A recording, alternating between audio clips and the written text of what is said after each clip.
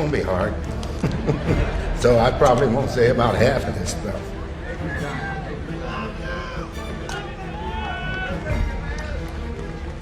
I want to thank the Veterans Committee for this great, great honor, the highest honor in baseball. I thought when the Pirates retired my number, that would be the greatest thing that ever happened to me. It's hard to talk to this.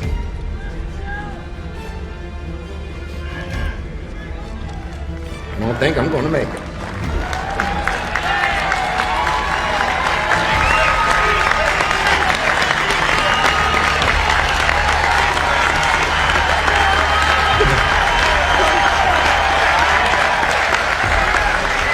The crack of the bat, the roar of the crowd, a moment frozen in time that every baseball fan knows by heart. October 13th, 1960, 3:36 p.m., Forbes Field, Pittsburgh. Bill Mazeroski round the bases, waving his cap, grinning from ear to ear as an entire city erupts in celebration.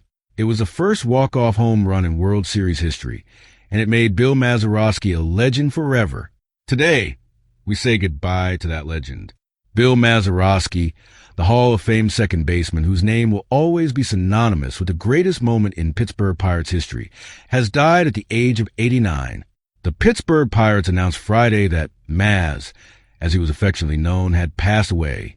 No cause of death was given, but the tributes poured in immediately.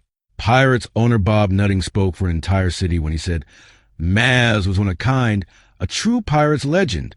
His name will always be tied to the biggest home run in baseball history and the 1960 World Series championship, but I will remember him most for the person he was. Humble, gracious, and proud to be a Pirate.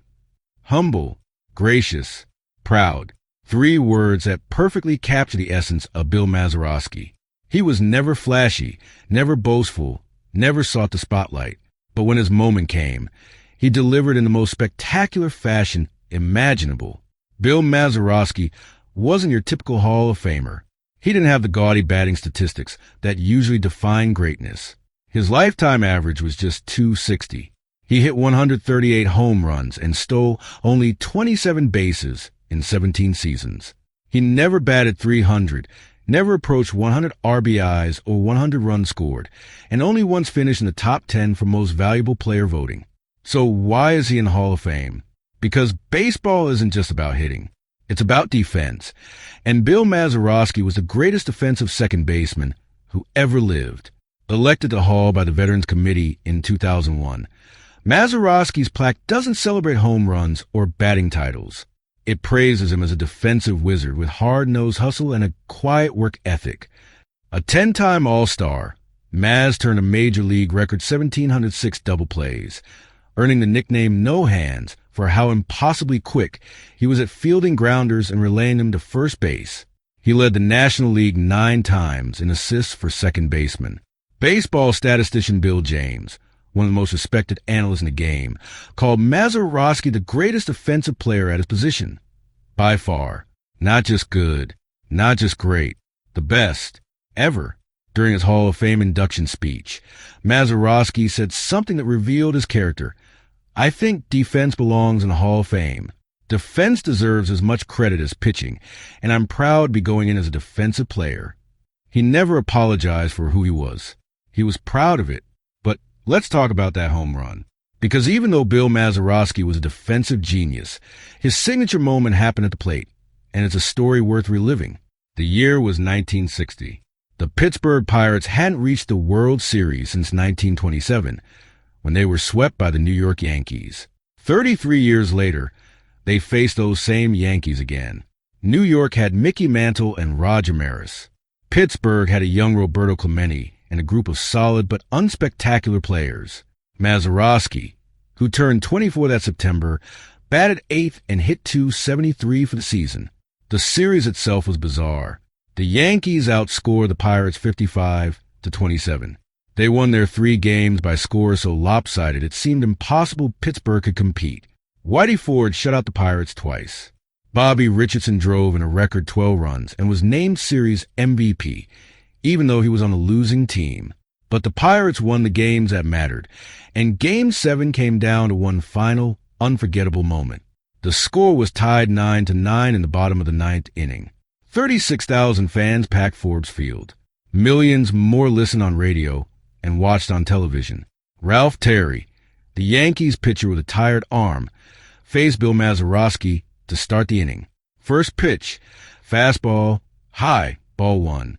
Terry conferred with catcher Johnny Blanchard, who reminded him to keep his pitches down. The second pitch was what Mazeroski later called a slider that didn't slide. Mazeroski got under it and absolutely crushed it to left field. The ball rose and rose, clearing the high ivy-covered brick wall as Yogi Berra circled helplessly beneath it. Home run. Game over. World Series championship.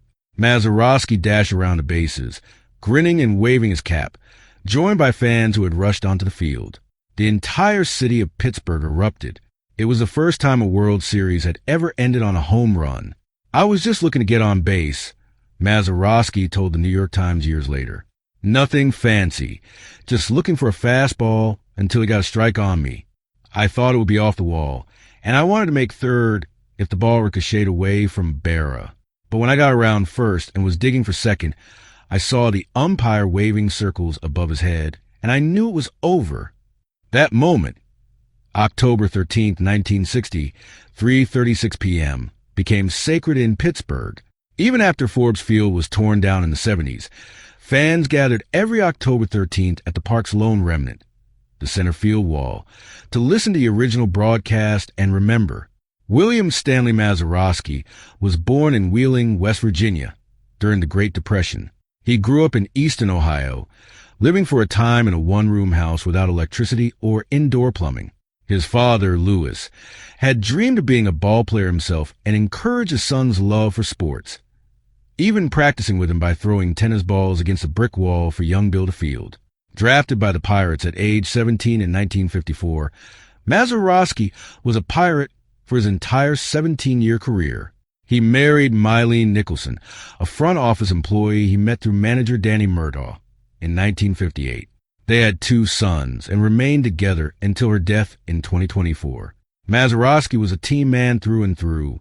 He coached briefly after his retirement in 1972 and served as an infield instructor during spring training. In 1987, the Pirates retired as number 9. And in 2010, on the 50th anniversary of his legendary home run, Pittsburgh unveiled a 14-foot, 2,000-pound statue of Mazeroski rounding the bases on Bill Mazeroski Way.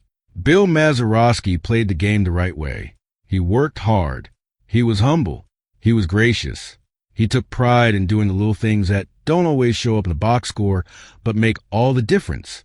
And when his moment came, when the spotlight found him on the biggest stage in baseball, he delivered the most dramatic home run in World Series history.